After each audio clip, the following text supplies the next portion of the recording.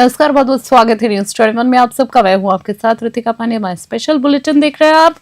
अपना उत्तर प्रदेश और बड़ी खबरों से शुरुआत करें यूपी की दिशा की बैठक को लेकर। सियासी घमासान बढ़ गया है। जी आपको खबर बता दें, जहां 11 सितंबर को राहुल गांधी की अध्यक्षता में हुई बैठक में समाजवादी पार्टी से सरेनी विधायक राजा देवेंद्र सिंह की बहू एवं लालगंज ब्लॉक प्रमुख शिवानी सिंह ने जिला प्रशासन पर गंभीर आरोप लगाए हैं। बता दें आपको, महिला ब्लॉक प्रमुख शिवानी सिंह की गाड़ी बैठक के दौरान पहले ही रोक दी गई थी, जिसे लेकर उन्होंने जिलाधिकारी से मिलकर दोषी कर्मचारियों के खिलाफ कार्रवाई करने की मांग की। उन्होंने कहा है कि प्रशासन की ये कार्य प्रणाली अनुचित है और इससे लोकतांत्रिक प्रक्रिया पर असर पड़ता है। शिवानी सिंह ने यह भी स्पष्ट किया है कि वे अपने अधिकारों के लिए लगातार आवाज उठाएंगी और महिला प्रतिनिधियों के सम्मान तथा सुरक्षा को सुनिश्चित करने की मांग करती है। रायबरेली से पंकज यादव की खास रिपोर्ट।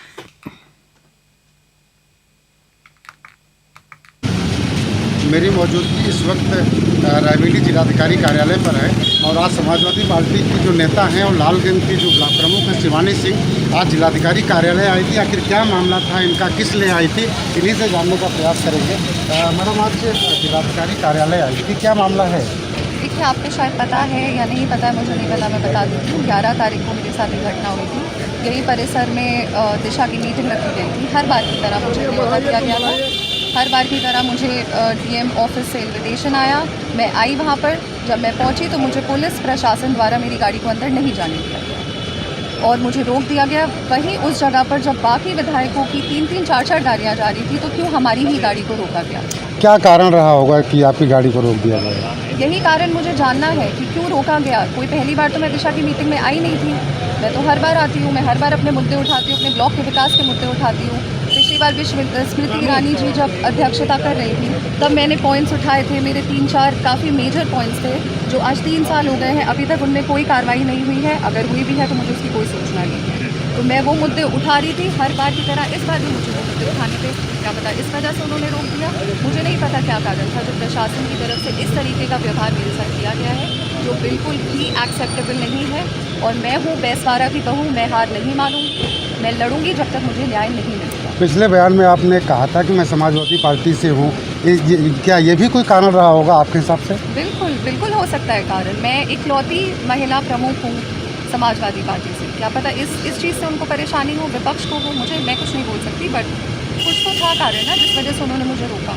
जिलाधिकारी मैडम से मुलाकात हुई है, क्या आश्वासन मिला है उनकी तरफ से? देखिए, उन्होंने मुझे कुछ ऐसा खास आश्वासन दिया नहीं है। उन्होंने मुझे बोला है मैं जाके एसपी साहब से मिलूं, जबकि मैं उम्मीद करके ये आई थी कि वो भी एक महिला है, वो समझेंगी, बट ऐसा कुछ खास आश्वासन उन्होंने मुझे दिया नहीं है। जी, ये थी शिवानी सिंह जो कि लालगंज की ब्लॉक प्रमुख हैं और समाजवादी पार्टी से हैं।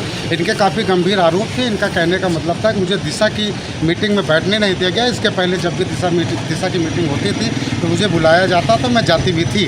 तो आपकी बार जो जिलाधिकारी कार्यालय में आई थी, मुलाकात जिलाधिकारी मैडम से की है। इन्होंने बताया कि खास मेरी कोई उनसे बातचीत नहीं हुई, अभी जाकर पुलिस अधीक्षक से मिलेंगे। और उनका कहना था कि इस मामले को उच्च स्तर तक पहुँचाने का प्रयास किया, यानी कि समाजवादी पार्टी के जो राष्ट्रीय अध्यक्ष अखिलेश यादव हैं, ये मुद्दा वहाँ तक भी जाएगा। आने वाला समय तय करेगा कि इस मामले पर क्या होता है, अब क्या नहीं, अभी तो समय ही बताएगा। कैमरा पर्सन के साथ पंकज यादव, न्यूज़ 21 रायबरेली। जिले के शिवसिंहपुर क्षेत्र में विद्युत विभाग की लापरवाही ने एक युवक की जान ले ली है। घटना में कासगंज जिले के सिरसौल निवासी सत्यप्रकाश, जो किराए पर शिव सिंहपुर में रह रहे थे, हाई टेंशन लाइन की चपेट में आ गए। मृतक की पत्नी ने आरोप लगाया है कि बार बार शिकायत करने के बावजूद विभाग ने कोई संज्ञान नहीं लिया, जिससे ये हादसा हुआ है। उन्होंने विद्युत विभाग की गंभीर लापरवाही को जिम्मेदार ठहराया है। घटना की सूचना मिलते ही पुलिस मौके पर पहुंची है और शव को कब्जे में लेकर पोस्टमार्टम के लिए भेज दिया है। कोतवाली नगर क्षेत्र के शिवसिंहपुर में हुई इस दर्दनाक घटना से इलाके में हड़कंप मचा है। एटा से राज अली की खास रिपोर्ट देख रहे हैं आप।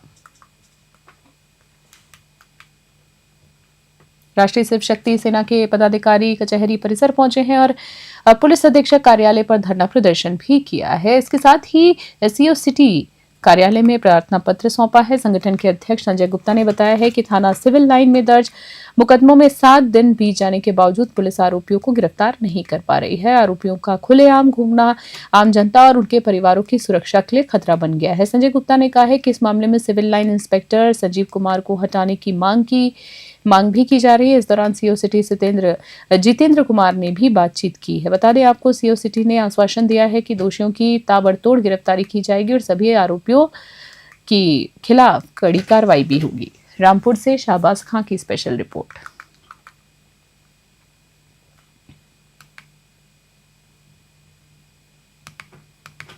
शिव शक्ति सेना कार्यालय पर इस टाइम हम मौजूद हैं और यहाँ जो शिव शक्ति सेना के राष्ट्रीय अध्यक्ष हैं और उनके साथ जो लोग भी कार्यकर्ता हैं, कुछ महिलाएं भी हैं, वे लोग अभी पुलिस अधीक्षक महोदय से मिलकर आए हैं। आइए जानते हैं क्या है पूरा मामला और ये लोग क्यों वहाँ गए थे, क्या इनको शिकायत है। सर, जानना चाहेंगे आपका क्या नाम है? संजय गुप्ता, राष्ट्रीय अध्यक्ष, राष्ट्रीय शिव शक्ति सेना। 10 तारीख को हमने FIR दर्ज कराई थी। 30-35 लोग हमलावर थे, जिसमें हमें जान से मारने के इरादे से लोग वो आए हुए थे।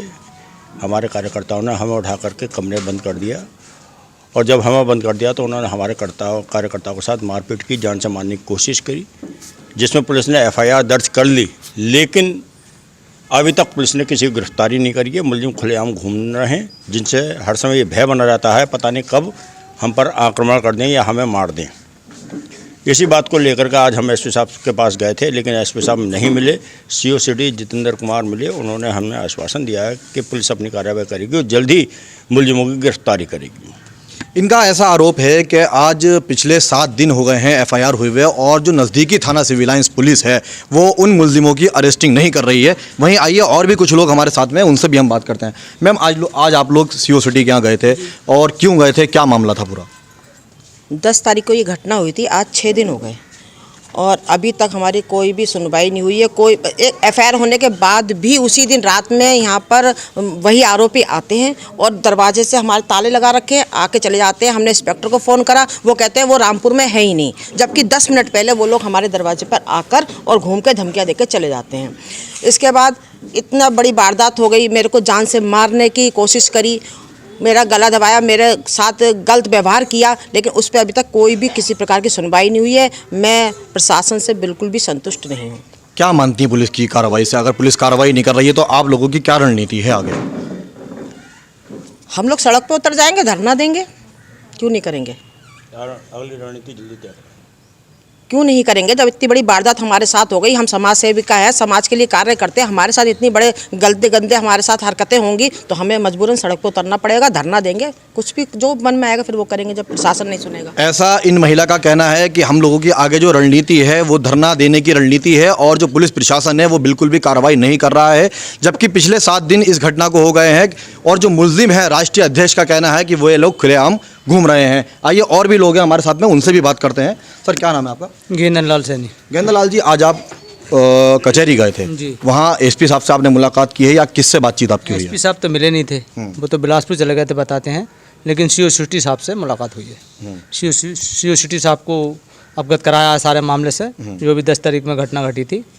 तो CO सिटी साहब ने आश्वासन दिया है कि हम मुलजिमानों को बहुत जल्दी अरेस्ट कर लेंगे। क्या मानते हैं अभी तक कार्रवाई क्यों नहीं हुई है और आपको क्या संदेह लग रहा है? इंस्पेक्टर साहब से तो हमें उम्मीद है ही नहीं कि इसमें कुछ कार्रवाई कर पाएँ, क्योंकि इंस्पेक्टर साहब ये कह रहे थे कि हमने कहा साहब हमसे हमारी DVR तो उनसे लाइए, उसमें है हमारे सारे सबूत। तो वो कह रहे हैं उनके पास उसमें अगर सबूत हैं तो वो फिर नहीं देंगे।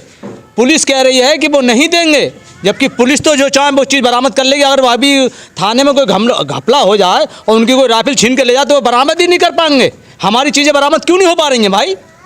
डकैती हुई है, लूटपाट हुई है, बरामद क्यों नहीं हो पा रही हैं?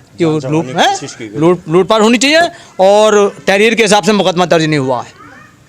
जो तहरीर है जान से मारने की नीयत से जो मैडम के गले में रुपट्टा डाला है उसमें 307 लगती है।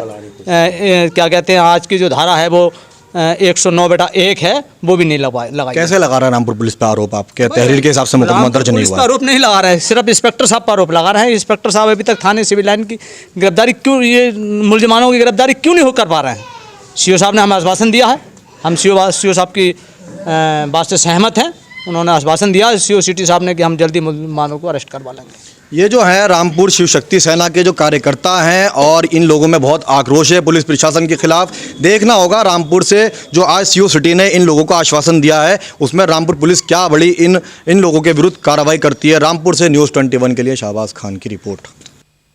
कोतवाली देहात क्षेत्र स्थित निजी भवन में AIMIM प्रदेश अध्यक्ष शौकत अली जी आपको बता दें, शौकत अली मीडिया से मुखातिब हुए हैं और बड़ा बयान दिया है। उन्होंने स्पष्ट किया है कि आगामी चुनाव में वो मटेरा विधानसभा क्षेत्र से चुनाव लड़ेंगे। उनके आगमन का कारण क्षेत्र में चल रहे AIMIM कैडर प्रोग्राम से जुड़ा था। बता दें, शौकत अली ने अपना दल से डॉक्टर शहीद की वापसी पर भी बात की और कहा है कि पार्टी के डॉक्टर, अधिवक्ता और बुद्धिजीवियों के लिए एक विशेष विंग चला रही है। इस विंग के माध्यम से इन वर्गों को पार्टी में बड़ा मुकाम और जिम्मेदारी दी जाएगी। उन्होंने मटेरा विधानसभा क्षेत्र की वर्तमान राजनीतिक स्थिति का भी जिक्र किया है और बताया है कि स्थानीय नेतृत्व और जनता से जुड़े मुद्दों पर पार्टी सक्रिय रूप से काम कर रही है। बहराइच से राहुल वर्मा की रिपोर्ट। देखिए, पहली बात तो यह है कि बहराइच मेरा घर है, बहराइच में मेरी ज़मीन भी है, आप लोगों को मालूम भी होगा, ये भी आप लोग जानते हैं। और इंशाल्लाह बहराइच से मैं चुनाव भी लड़ने की कोशिश कर रहा हूँ अगर जिलाध्यक्ष हमारे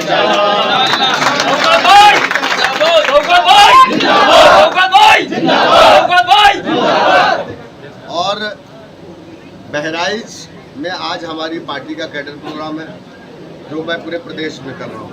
अभी मैं 4 दिन तक मैं पश्चिमी यूपी में था। मैंने मुख्तलिफ ग्राम पंचायतों में जाकर के प्रोग्राम्स किए हैं। तो मैं जिला पंचायत इलेक्शन, चूँकि ये हमारा 2027 का सेमीफाइनल है, तो हम इसकी तैयारी में हैं। हम ज़्यादा से ज़्यादा सीटों पर इस मरतबा अपने कैंडिडेट उतारने जा रहे हैं इंशाल्लाह, और जीत कर भी आएंगे। खबर देख रहे हैं, जहां आपको बता दें, जिले में फर्जी दस्तावेजों के आधार पर नौकरी कर रहे 3 शिक्षकों की BSA एटा ने जांच कर सेवाएं समाप्त कर दी है। शिकायत पत्र की पुष्टि के बाद दिनेश कुमार BSA एटा ने कार्रवाई करते हुए तीनों शिक्षकों की नौकरी खत्म करने के आदेश जारी कर दिए हैं। बता दें, शशिकांत कुमार जो ब्लॉक निधोली में तैनात थे, उनकी कक्षा 10 और 12वीं की मार्कशीट फर्जी पाई गई है। वहीं ब्लॉक सकीट में तैनात शिक्षिका हेमलता की TET मार्कशीट में जांच में फर्जी साबित हुई है। तीसरी शिक्षिका प्रतिभा यादव जलेसर में तैनात है, उनकी TET मार्कशीट भी फर्जी मिली है। तीनों शिक्षकों के खिलाफ जो है FIR दर्ज कराई जाएगी और वेतन की रिकवरी भी की जाएगी। ये कार्रवाई शिक्षा विभाग में कड़ा संदेश देती है कि फर्जी दस्तावेजों के आधार पर किसी को भी नौकरी नहीं दी जाएगी। नेटा से राज अली की खास रिपोर्ट।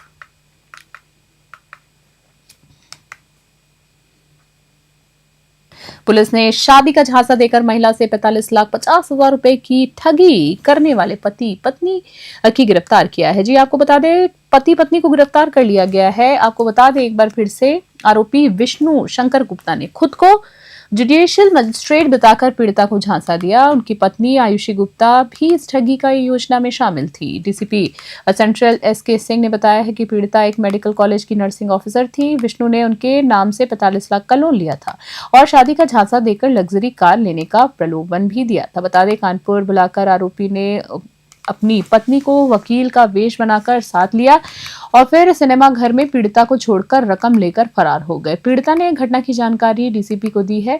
पुलिस ने मामले की गंभीरता से जांच कर 4 दिनों में दोनों आरोपियों को गिरफ्तार कर लिया है। आपको बता दें, रकम बरामद भी हो गई है। अब दोनों के खिलाफ कानूनी कार्रवाई की जा रही है। कानपुर से विशाल सैनी की खास रिपोर्ट। देखिए, एक पीड़िता हैं, महिला नर्सिंग ऑफिसर हैं किंग जॉर्ज मेडिकल कॉलेज में। इनके साथ एक बड़ी घटना हुई जिसमें ये हमने 43 लाख रुपए बरामद किया और इन्होंने मैट्रिमोनियल साइट पे जा कर के एक साइट पे एक लड़के से इनकी बातचीत हुई। लड़के ने कहा कि मैं जुडिशियल मजिस्ट्रेट हूँ, आजमगढ़ में, फिर सीतापुर में बताया और इस तरीके से इनकी चैट हुई। उन्होंने कहा कि मुझे लग्जरी गाड़ी चाहिए। इन्होंने लगभग 45 लाख का लोन लिया और लोन लेने के बाद जब ये यहाँ पे मिलने के लिए आई, महिला ने कहा कि मुझे डाउट तो हो रहा था लेकिन इतना नहीं डाउट हुआ कि वो वीडियो कॉल नहीं करता था। ये जब लेने आई फिर रेवमाल में गई और उन्होंने कहा कि पैसा रख दो गाड़ी में और 59,50,000 रुपया ले करके फरार। पहले 1-2 जगह गई और फिर मेरे पास आई। मेरे पास जैसे ही आई मैंने इनको सुना और सुनते भी लगा कि बड़ा गंभीर घटना है। तत्काल परिसरकारियों के संज्ञान में लाया, तत्काल मुकदमा लिखवाया, अपनी सर्विलांस टीम को बुलाई, इनको ब्रीफ किया, इंस्पेक्टर कर्नलगंज को बताया, हमारी सर्विलांस की टीम के पवन उनकी पूरी टीम लगी रही। 2 दिन तक हमने एविडेंस कलेक्ट किया क्योंकि मोबाइल से कोई डाटा हमको नहीं मिल पा रहा था। लेकिन जो इस शहर के लिए सबसे बड़ी देन है कि ऑपरेशन त्रिनेत्र और हलगर कैमरा, जो पुलिस कमिश्नर साहब का जो एक महाअभियान चला था, उससे हमको बहुत सारी फुटेज मिली और उस फुटेज से हमने गाड़ी आइडेंटिफाई किया। हम 24 घंटे गाड़ी को रेकिंग करते रहे कि गाड़ी में कोई आए बैठे, तब हम उसके बाद फिर आगे जगह पे जाएं। गाड़ी एक जगह हाथे में खड़ी थी, जब ये गाड़ी में बैठा वो गाड़ी लेके जाने लगा, फिर हमने जब इसको कस्टडी में लिया तो इसने अपने को बड़ा बताया कि मैं सुप्रीम कोर्ट में वकील हूँ, हाई कोर्ट में वकील हूँ, तमाम इसने पुलिस को गिरफ्त में लेने का प्रयास किया, लेकिन पुलिस ने किया। जब घर पे गए तो इसने तो बड़े बड़े कुत्ते पाल रखे थे, वहाँ पे पुलिस को इसने छोड़ा, ये लोग भागे, फिर घर को कार्डन किया। फाइनली हम लोगों ने जब पूरी इसको करी तो जो पैसा था इससे बरामद हुआ है। मेरे साथ 7 लाख का वो गया फ्रॉड। क्या हुआ, कैसे मिलेगी, कैसे संपर्क में आई? इसने पापा ने मेरे ने उस पे अखबार में वो निकलवाई थी, उसमें इसने नंबर ले लिया पापा का, पापा से बातें हुई, फिर 2-3 महीने बाद पापा फिर बाद में बात हुई, फिर उसने नंबर ले लिया मेरा। नंबर लेने के बाद उसने बताया अपने आप को कि मैं सीतापुर में जज हूँ, पहले आजमगढ़ में पोस्टेड था और वो बनारस का रहने वाला हूँ। और फिर मैंने गूगल पे भी डाला था कि ये सब तो अगर ये और वो होता है तो आता है और साइट ऑनलाइन आ जाएगा गूगल पे। मैंने इसका देखा, साइट चेक किया तो उस पर था वो है, मैंने तो राइट है। लेकिन जब ये इससे कॉल करके इसने अपना बताया कि मुझे ये गाड़ी चाहिए, वो चाहिए, कि मैं इतने पैसे दिखा नहीं सकता हूँ, मेरे पास तो बहुत सारा पैसा होता है लेकिन मैं दिखा नहीं सकता हूँ उस पैसे के लिए, तो तुम ये करो कि लोन ले लो, फिर उसके बाद हम वो तुम्हारा वो सब कर देंगे, लोन भी तुम्हारा 2 साल में कंप्लीट हो जाएगा। कितना लोन लिया? 45 लाख। क्या वो सारा पैसा इसी पे है, मेरा सेविंग भी इसी पे है। आपको पता कैसे चला कि आप ठगी का शिकार हो गए? इसने मुझे बुलाया और जब मैंने इसका देखा, असली चेहरा जो देखा ना, जो चेहरा जो मैंने देखा वो नहीं है, जो देखा है इसका, उसे देख के ही मेरा पूरा दिमाग काम करना बंद कर दिया। नहीं, मेरे को कुछ याद नहीं। खुर्जा नगर कोतवाली क्षेत्र के जाहिदपुर कला में पूर्व ब्लॉक प्रमुख विनोद चौधरी की सनसनीखेज हत्या की घटना सामने आई। बता दें, सुबह दुकान के पीछे बने मकान के बिस्तर पर लहूलुहान अवस्था में उनका शव मिला है।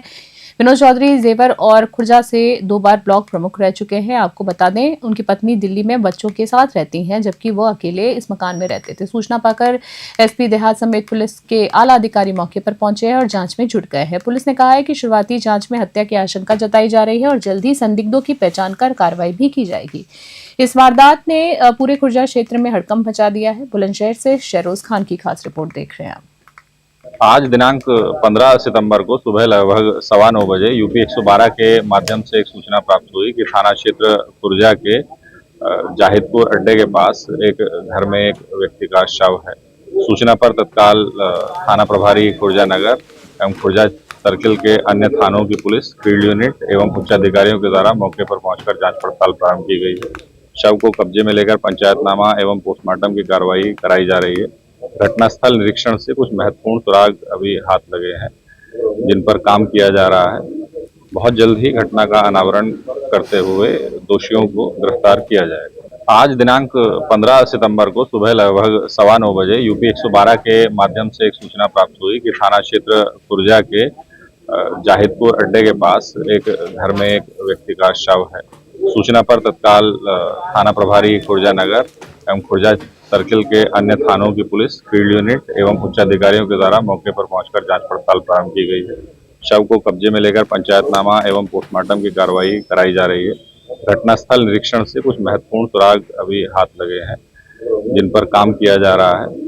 बहुत जल्द ही घटना का अनावरण करते हुए दोषियों को गिरफ्तार किया जाएगा। आज दिनांक जिला प्रशासन ने अवैध खनन के खिलाफ सख्त कार्रवाई की है। आपको बता दें, तहसील सदर क्षेत्र के निधौली रोड और कासगंज रोड पर छापेमारी के दौरान प्रशासनिक टीम ने अवैध खनन में लिप्त 2 जेसीबी और 3 ट्रैक्टर्स को पकड़ा है। बता दें, एसडीएम सदर विपिन मोरल और तहसीलदार नीरज वार्ष्णेय के नेतृत्व में हुई इस कार्रवाई से खनन माफियाओं में हड़कंप मच गया है। पकड़े गए सभी वाहनों को पुलिस थाने में बंद कराया गया है और इन्हें सीज करने की प्रक्रिया शुरू कर दी गई है। साथ ही दोषियों पर जुर्माने की कार्रवाई की भी जाएगी। प्रशासन का कहना है कि क्षेत्र में अवैध खनन किसी भी कीमत पर बर्दाश्त नहीं किया जाएगा। एटा से राज अली की रिपोर्ट देख रहे हैं। जिलाधिकारी महोदय के निर्देश के क्रम में 3 दिन से अवैध खनन के खिलाफ तहसील प्रशासन के द्वारा कार्रवाई की जा रही है। इस कार्रवाई में हमने पिछले 2 दिन में 2 जेसीबी और 3 ट्रैक्टर को अवैध खनन करते हुए पकड़ा गया है, जिस पर नियमानुसार जुर्माने की कार्रवाई की जा रही है। जिलाधिकारी महोदय के निर्देश के क्रम में 3 दिन से अवैध खनन के खिलाफ तहसील प्रशासन के द्वारा कार्रवाई की जा रही है। इस कार्रवाई में हमने पिछले 2 दिन में 2 जेसीबी और 3 पुलिस ने बड़ी कार्रवाई करते हुए साइबर ठगी करने वाले एक गैंग का भांडाफोड़ किया है। बरा थाना पुलिस ने गैंग के 9 सदस्यों को गिरफ्तार कर लिया। जी आपको बता दें, बरा थाना पुलिस ने गैंग के 9 सदस्यों को गिरफ्तार किया है। ये गैंग ऑनलाइन गेमिंग ऐप के आड़ में भोले भाले लोगों को डिजिटल अरेस्ट कर ठगी करता था।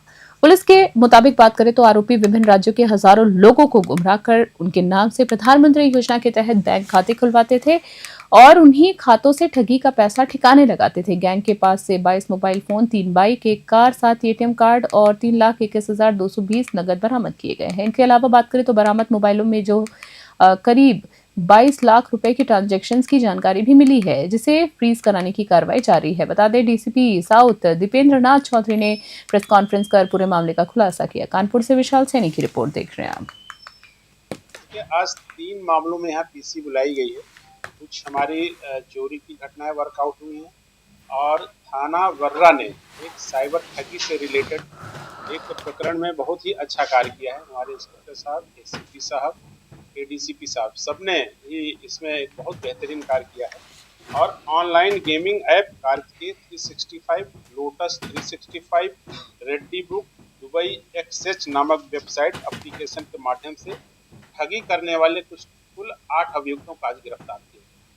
इनको ये सूचना मिली थी कि प्राचीन शिव मंदिर बर्रा 6 फीट रोड के सामने कुछ लड़के वहाँ इकट्ठा होकर के जो ऑनलाइन गेमिंग से जो इनको कुछ पैसे प्राप्त किए हैं उसका वहाँ बंटवारा कर रहे हैं। इस सूचना पर हमारी टीम वहाँ गई और मौके से 8 अभियुक्त गिरफ्तार किए गए हैं और जिन सभी ने बहुत डिटेल से किस प्रकार से इस गेमिंग ऐप के माध्यम से भोले भाले लोगों को इसमें लिंक भेज करके उनको शामिल किया जाता था। और खबर देख रहे कोतवाली खुर्जा नगर क्षेत्र के सुभाष मार्ग पर ट्रांसफार्मर में आग लगने से सड़क किनारे खड़े एक ट्रक में आग फैल गई। बता दें आपको, आग ने कुछ ही देर में ट्रक को पूरी तरह से जलाकर खाक कर दिया है। मौके पर पहुंची फायर ब्रिगेड की टीम ने समय रहते आग पर काबू पाया है और बड़े नुकसान से बचाया है। बताया गया है कि ट्रक राजस्थान के सिरेमिक की मिट्टी लादकर खुर्जा की फैक्ट्री में जा रहा था। आग ट्रांसफार्मर की चपेट में आने से लगी है। पुलिस और फायर विभाग ने जांच शुरू कर दी है और आग लगने का असली कारण क्या था, हादसे में किसी की घायल होने की सूचना नहीं मिली है। बुलंदशहर से शहरोज खां की रिपोर्ट।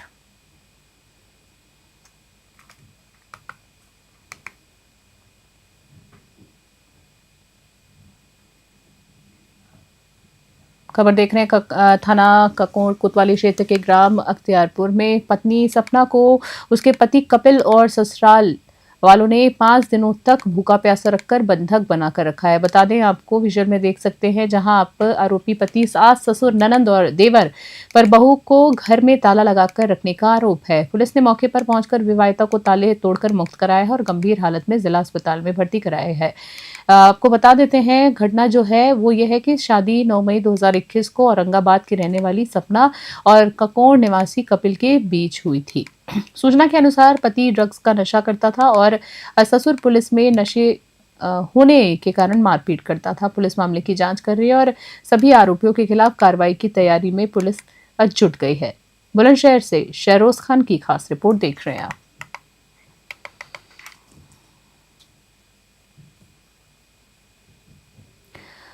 पसियापुरा गांव स्थित गुरुद्वारा शहीद बाबा दीप सिंह नवाबगंज में आज प्रबंधक विवाद के चलते हिंसक झड़प हो गई है। हजारा परिवार के सत्येंद्र सिंह और जितेंद्र सिंह के नेतृत्व में कुछ लोगों ने गुरुद्वारे में प्रवेश कर दूसरे पक्ष के सेवादारों को बाहर निकाला है। बता दें आपको, इस दौरान मारपीट और फायरिंग की घटना हुई है, जिनमें गुरुद्वारे में पाठ कर रहे ग्रंथी निर्मल सिंह समेत कई लोग जो है घायल हुए हैं।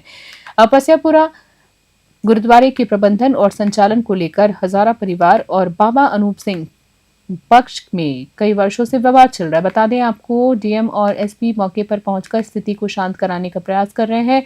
हालांकि दोनों पक्ष प्रशासन द्वारा सुझाए जा रहे समाधानों से संतुष्ट नहीं है और तनाव अभी भी बरकरार है। रामपुर से शाहबाज खां की खास रिपोर्ट देख रहे हैं आप।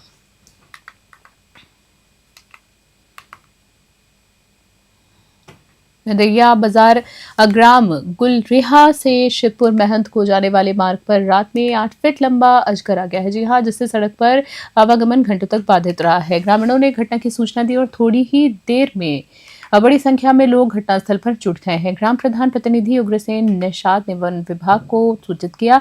वन दरोगा केसरी प्रसाद के नेतृत्व में टीम मौके पर पहुंची और अजगर को सुरक्षित पकड़कर गुमड़ी जंगल में छोड़ दिया गया है। घटना के दौरान किसी की घायल होने की कोई सूचना नहीं मिली। बलरामपुर से राहुल रतन की रिपोर्ट।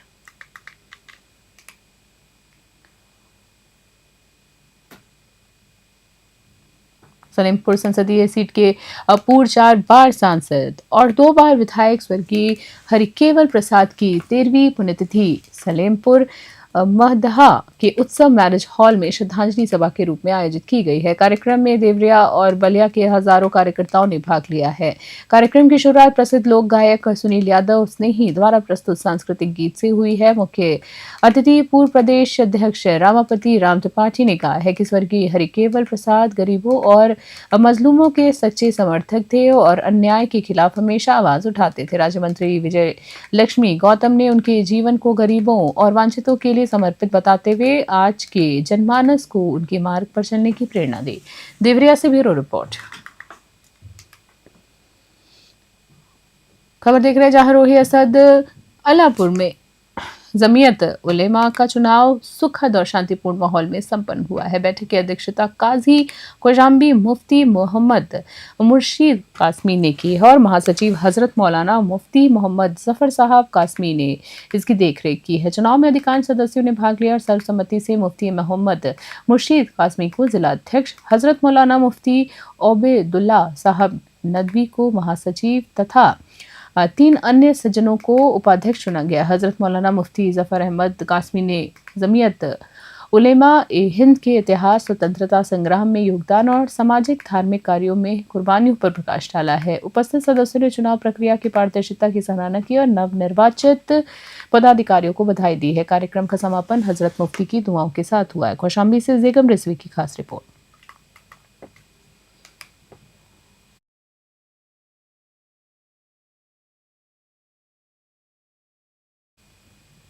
अभी के लिए नमस्कार। खास बुलेटिन में इतना ही।